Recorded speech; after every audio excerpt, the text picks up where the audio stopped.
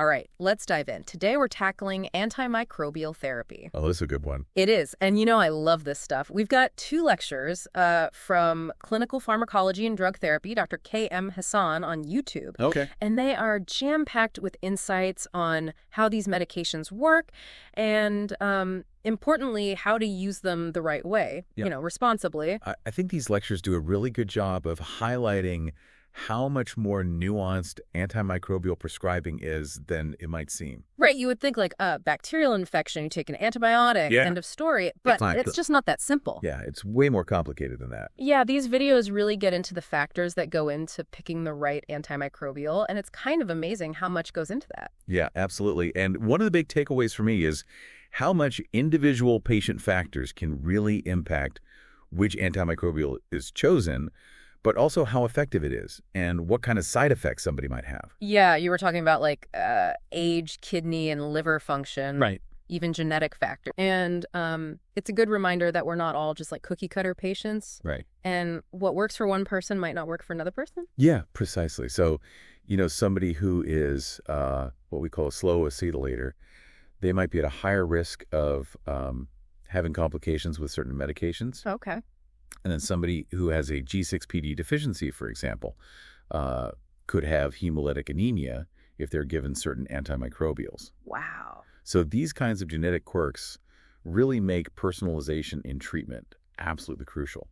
So it's not just about like identifying what the infection is, it's understanding the person, the individual's biology. Absolutely. And how that interacts with the medication. Yeah, you're really piecing together a puzzle, and the patient is their individual characteristics are some of the key pieces of that puzzle. Yeah. And then, of course, allergies and pregnancy are always top of mind. Always, always. And then on top of the patient factors, we also need to consider the infection itself. Right. What kind of microbe are we dealing with? Yeah. Where is it located? Right. You got it. In the body. So it's a multi-pronged approach, right? Yeah. We need to confirm that there is an infection to begin with. Okay.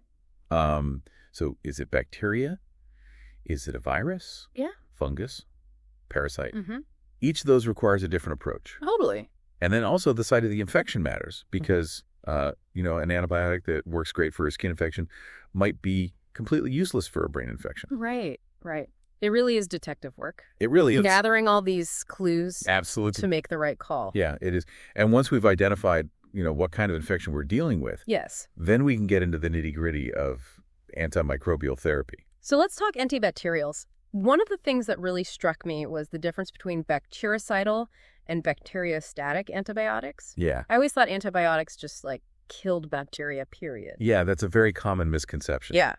So some antibiotics like penicillin, they do directly kill bacteria. Okay. Those are the phytal ones. Okay. But others work by inhibiting bacterial growth and replication. Uh-huh. They essentially stop the bacteria from multiplying and give our immune system a chance to clear them out. Okay. Those are the bacteriostatic antibiotics. So it's not always about just like outright killing. Yeah. Sometimes it's like more of a... Stop and hold. Yeah, stop and hold. Exactly. I like that. And what's really cool is that the dosage of the antibiotic can actually influence Oh, really? whether it acts as a bactericidal or a bacteriostatic. Wow. So a higher dose of a bacteriostatic drug may actually have a bactericidal effect. Huh, interesting. So it's not always black and white. Right. And then there's also this whole spectrum of activity, which I thought was really interesting. Like picking the right tool for the job based on how many different types of bacteria that the antibiotic can target. That's a great way to put it. So, narrow spectrum antibiotics are kind of like specialized snipers. Okay. They target a specific type of bacteria. Those are great when you know exactly what you're dealing with. Right. And then you have broad spectrum antibiotics, which are more like carpet bombs. I like that analogy. They take out a wide range of bacteria. Yeah. They're useful when you need to cover all your bases, Yeah. but they also come with their own set of risks, which we'll talk about later. Right, because if you're wiping out all the bacteria, good and bad, then you can end up with other problems like superinfections. Exactly. Speaking of taking out multiple targets, when does combination therapy come into play? So combination therapy, which is where you use multiple antibiotics at once, is generally reserved for specific situations. Okay. So a classic example is tuberculosis. Okay. TB bacteria are notoriously difficult to get rid of, and using multiple drugs helps to prevent the development of resistance. So it's like hitting them from all different angles so they can't adapt. Exactly. Yeah. We also use combination therapy for severe infections, like septicemia, or when you're dealing with mixed bacterial infections where there are multiple types of bacteria causing trouble. So it's like a strategic move. It is. Reserved for when we really need that powerful punch. Right. And sometimes it's used when we don't know the exact cause of the infection yet. Mm-hmm. And so we need to use a broad spectrum approach until we can identify what the culprit is. Right. It's like casting a wide net to see what we can catch. Exactly. A very appropriate analogy for the deep dive. Love it. Now, one of the things that often gets overlooked is the potential for drug interactions. Right, because it's not just about how the antimicrobial itself works. Right. It's how it interacts with all these other medications the patient might be taking. Exactly. One example that comes to mind is the interaction between isoniazid, which is a common TB drug, and phenytoin, which is an anti-seizure medication. There you go. Isoniazid can interfere with phenytoin's metabolism, leading to a buildup of phenytoin in the body, and that can actually cause toxicity. Oh, wow. So it's like one drug is amplifying the effects of the other. Exactly. Which can be very dangerous. Exactly. Are there other, common interactions to be aware of? Oh, absolutely. So, for instance, aminoglycosides, which are a class of antibiotics, they can increase the risk of ototoxicity.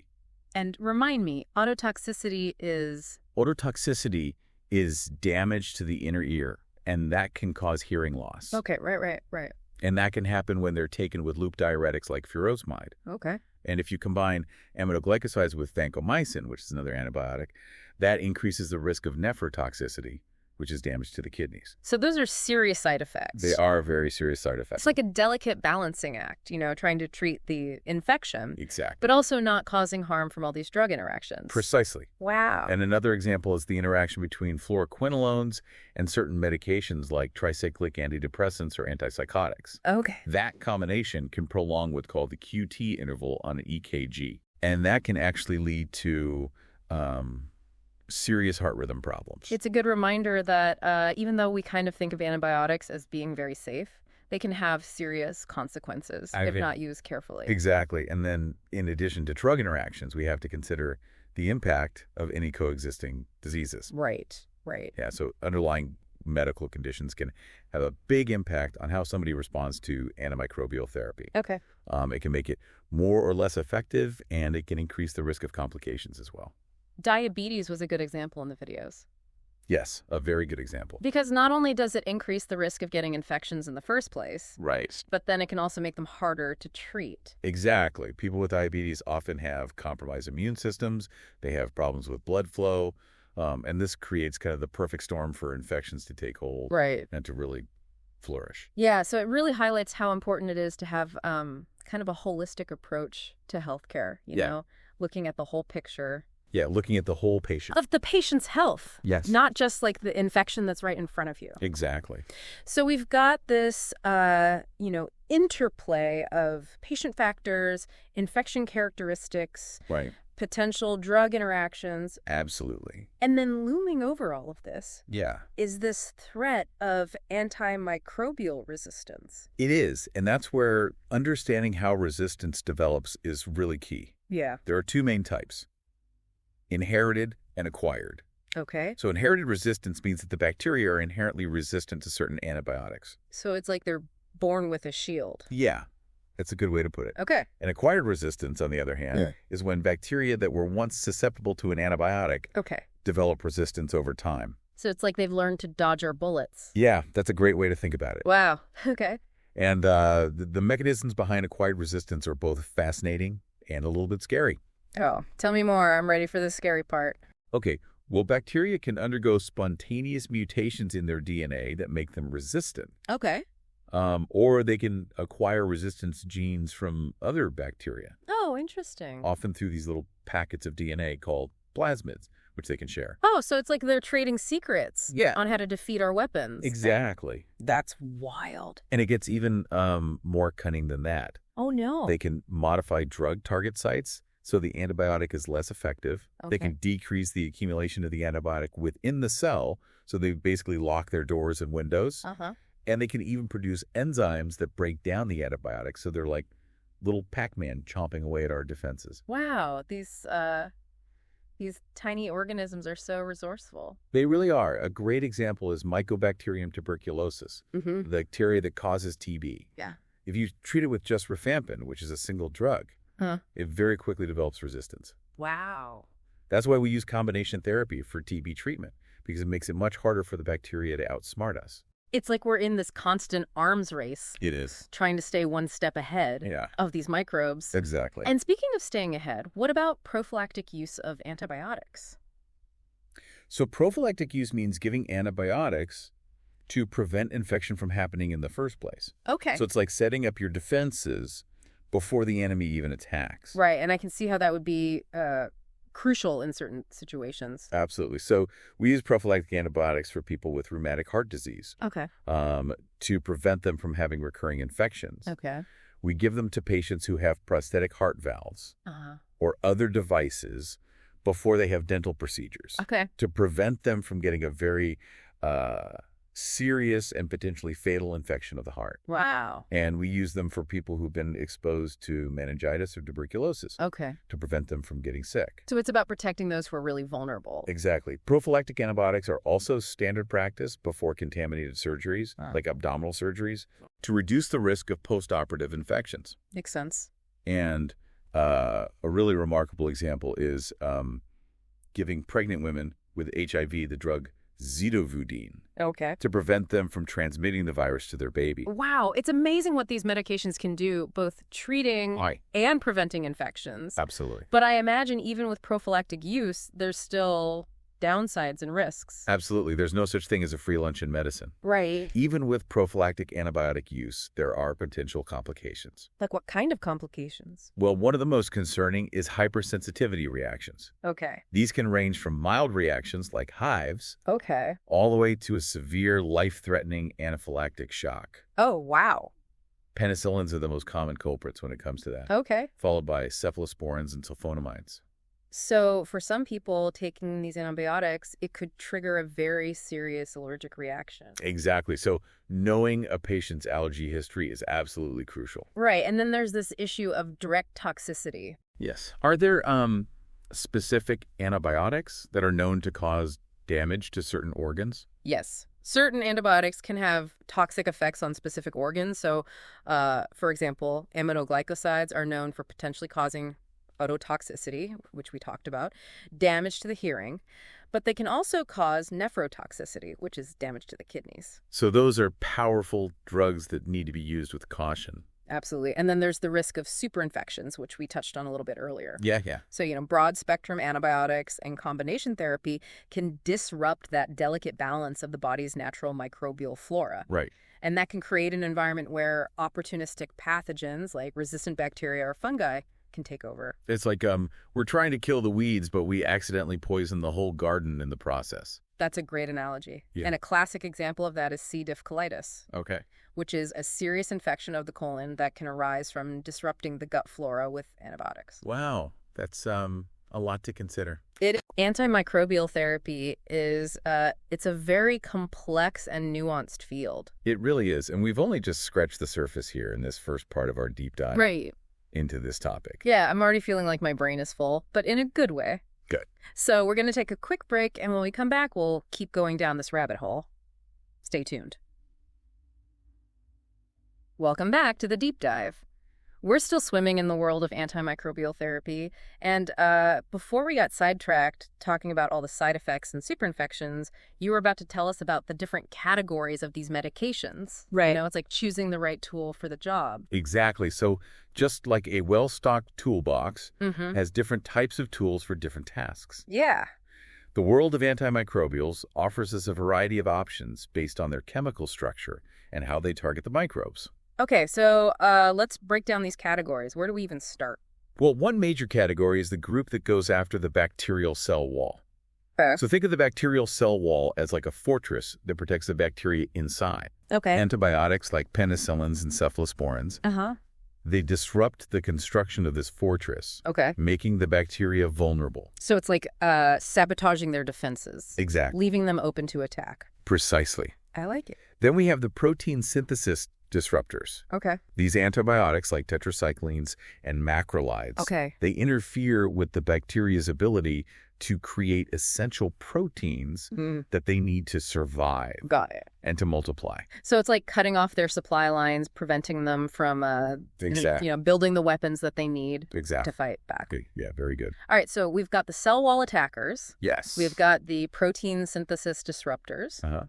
Then there's the category that messes with nucleic acid synthesis. Ooh, okay. So these antibiotics, like fluoroquinolones, Okay. they target the bacteria's DNA or RNA, Okay. disrupting their ability to replicate and multiply. So they're like scrambling the blueprints, preventing them from making copies of themselves. That's a great way to put it. I like that. And then finally, we have the metabolic pathway inhibitors. Okay. These antibiotics target specific metabolic processes that are essential for bacterial survival, Okay. like folic acid synthesis. So they're essentially starving the enemy, Exactly. cutting off their access to food. That's exactly right. Wow, it's amazing how many different ways we can go after these bacteria. It is. And understanding these different categories and how they work is really crucial for choosing the most effective antibiotic for a given infection. It's amazing how much science goes into this fight It really is. against these microscopic invaders. Yeah, it's a constant battle. Speaking of fighting, let's talk about the big, scary elephant in the room, Okay. antimicrobial resistance. Yes. What can we do, both as individuals and as a society, to tackle this growing threat? Well, it's definitely a multifaceted challenge. Yeah. It requires a multi-pronged approach. On an individual level, it starts with simple things, like not pressuring your doctor for antibiotics when you don't need them. It's easy to fall into that trap, It is. thinking that antibiotics are the answer to every sniffle and cough. Yeah, we tend to think of them as a cure-all, Right. but a lot of times our bodies can fight those things off on their own. Right. And when antibiotics are necessary, then it's really important to take them exactly as prescribed. Exactly. Finish the whole course, even if you're feeling better. Yeah, no cutting corners. Before you've taken all the pills, Exactly. don't be like me. Yeah. No cutting corners. And it's important to never share antibiotics with others Right. or save them for later. I can see how that would be tempting. Oh, yeah. Especially if you have leftovers from Right. a previous illness. Right. But it seems like that could really backfire. It can, because those leftover antibiotics might not be the right type or the right dose for whatever you're dealing with now. And using them inappropriately can really fuel that development of resistant strains. Right. So it's all about using them judiciously, only when needed. Right. And following instructions Exactly. carefully. Yeah. What about measures we can take on a larger scale as a society? Well, improving sanitation and hygiene practices is huge. Okay. Simple things like washing your hands regularly. Basic hygiene goes a long way. It really does. Yeah. It can significantly reduce the spread of infections. Yeah, Which means you need less antibiotics in the first place. that makes sense. Vaccination also plays a crucial role. Okay. Vaccines help to prevent infections Uh-huh. that might otherwise require antibiotics. Right. And that reduces the overall use of these medications and the pressure for resistance to develop. So it's like preventing the battle from happening in the first place. Exactly. Right. We also need to invest in research and development Yeah. to create new antibiotics. Okay. And explore alternative approaches, Like, like phage therapy. you mentioned phage therapy earlier, and it kind of blew my mind. It's really cool. It's like science fiction using viruses to... So phages are viruses that infect and kill specific bacteria. They're kind of like these tiny guided missiles Okay. that can target and eliminate those specific bacteria without harming the surrounding cells. So it's like using one enemy to fight another. Yeah, that's a good way to think about it. It's a pretty amazing concept. Yeah, it's a very promising approach, Yeah. especially for infections that are caused by these multi-drug resistant bacteria. Right. It's amazing to think we could harness the power of viruses for good. Yeah, it's pretty incredible. So combating this resistance, it sounds like a global effort. It really is. It's a challenge that transcends borders. Right. We need international collaboration Yeah. and a shared commitment to responsible antimicrobial stewardship Yeah. to really protect these life-saving medications for the future. It's like we're all in this fight together. Oh, we are. Humans versus microbes. That's right. All right. So we've talked about, being responsible on an individual level. Right? taking our antibiotics as prescribed, not pressuring our doctors Exactly. for them. Yeah.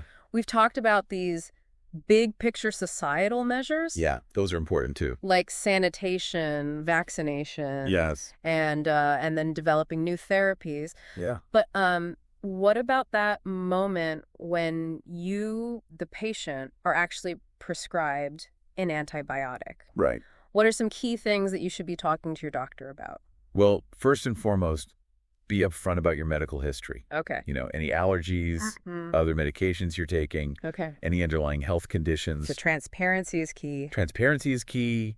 Your doctor needs to know all of that to pick the right antibiotic and the right dose for you. Right. And don't be afraid to ask about potential side effects. Okay. What are some common ones? Yeah. What are some less common ones? What should you do if you experience any? Right. Your doctor can give you guidance on how to manage them. Yeah. And when to seek medical attention. Knowledge is power, right? Exactly. And be sure to talk about any potential interactions with Yeah. other medications that you might be taking. Yeah. Or even supplements, right? That's right, even over-the-counter ones. Yeah, it's like a complex web of interaction. It is. You've got to make sure everything is playing nicely together. Absolutely. And then lastly, Yeah. make sure to get clear instructions on how to actually take the medication, Absolutely. with food, without food, Yes. what time of day. All those details matter. Yeah, so many details to consider. It can seem I overwhelming. think it really can. But, having these conversations Yeah. really empowers you to be an active participant in your own healthcare. Right. It's about being informed Yes. and engaged. Exactly. Okay, that was a lot about bacteria. It was. Let's switch gears and Okay. dive into the world of antifungals. Oh, right. How do these agents differ from antibiotics? Well, antifungals are fascinating because fungal cells actually share some similarities with human cells. And this makes it a lot trickier to target them without causing harm to the host. Okay. It's kind of like trying to defuse a bomb that's wired to your own heartbeat. Oh, that's a scary thought. It is. So how do they manage to walk that tightrope? Well, they work by exploiting subtle differences between fungal and human cells. Okay. So it's like finding a tiny chink in the armor of a formidable foe. Right. And antifungals, they come in various forms. Okay. Creams, pills, even intravenous formulations. So the delivery method depends on where the infection is. Exactly. And how severe it is. Exactly. So a simple yeast infection might be treated with a topical cream, Right. while a severe systemic fungal infection, like invasive candidiasis, Okay. would likely require intravenous antifungal therapy. Wow. And just like with antibiotics, some antifungals can have pretty significant side effects. They can, especially when used systemically. So again, it's all about Sure. weighing the benefits against the risks. Precisely. Careful monitoring and dose adjustments are often necessary to strike that balance. Yeah. And unfortunately, antifungal resistance is also a growing concern. It's like resistance is this constant battle, It is. no matter what kind of microbe we're fighting. It's a constant arms race. Yeah. So what are the strategies for combating antifungal resistance? Well, the good news is that the strategies are pretty similar to those for antibiotics. Okay. So appropriate use, meaning using them only when necessary, Uh-huh. completing the full course of treatment, that's really important. No cutting corners. No cutting corners with antifungals either. Okay. Infection control measures like good hand hygiene and environmental cleaning are really important to prevent the spread of fungal infections. So it goes back to those basics, It does. the fundamentals of hygiene. Right. And just like with antibiotics, we need ongoing research and development Yeah. to create new antifungals Right. that can stay ahead of these evolving fungi. It's like this never-ending quest Fa- for new weapons It really is. in this fight. Yeah. Okay, so we've talked about bacteria, we've talked about fungi. Uh-huh. Let's move on to another intriguing group of antimicrobials, antivirals. Okay. What makes them unique in this battle against these infectious agents? So antivirals are pretty fascinating because they work by targeting specific steps in the viral life cycle. Okay. Unlike bacteria and fungi, which are free-living cells, Uh-huh. viruses are essentially just packets of genetic material Okay. that hijack our cells to replicate. Oh, wow. They're like ultimate freeloaders. So they're like cunning invaders. Yes. They sneak into our cells That's a great way to put it. and take over the control room. Exactly. And antivirals work by interfering with different stages of that takeover. So some antivirals prevent the virus from entering our cells in the first place.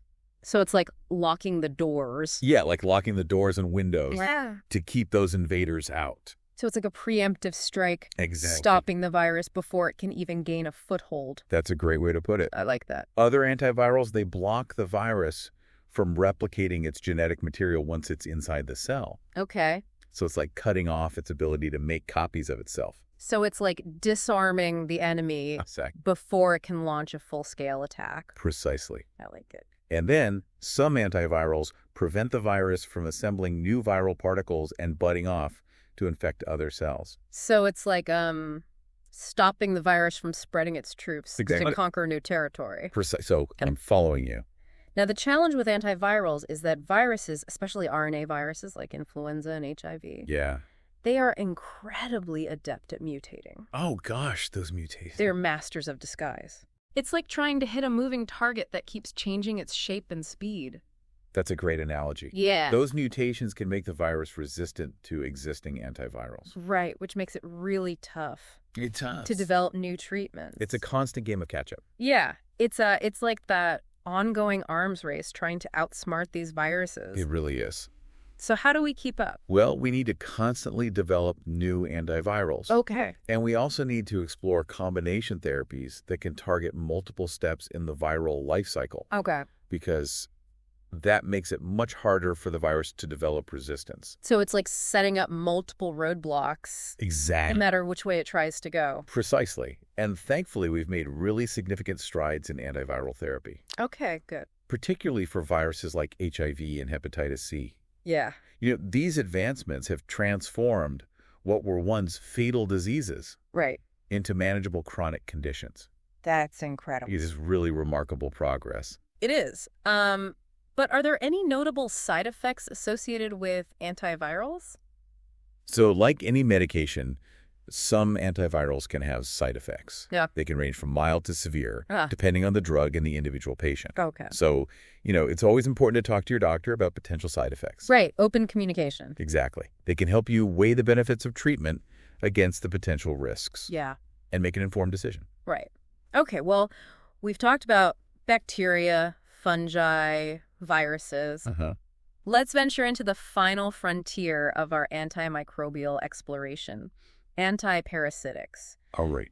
What are some key things to know about these agents that combat those pesky parasites? Well, antiparasitics are a diverse group of medications that target those unwanted guests, those parasites, I love that. that are trying to make a living at the expense of their host. Yeah.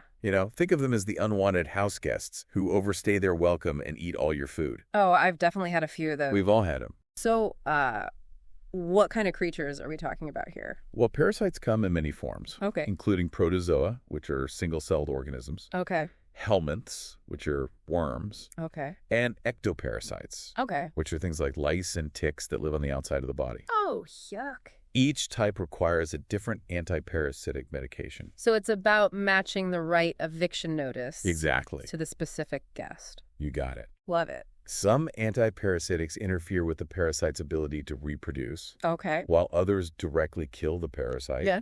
It's all about disrupting their survival strategies Right. and sending them packing. And I'm guessing resistance is an issue here as well. Unfortunately, yes. Just like bacteria, viruses, and fungi, parasites can also develop resistance to medications. It's a universal challenge It is. when it comes to these microbes. It seems like it. So, what are some of the strategies for combating that antiparasitic resistance? Well, again, the principles are pretty similar to those for other antimicrobials. Okay. So appropriate use, meaning using them only when necessary, Uh-huh.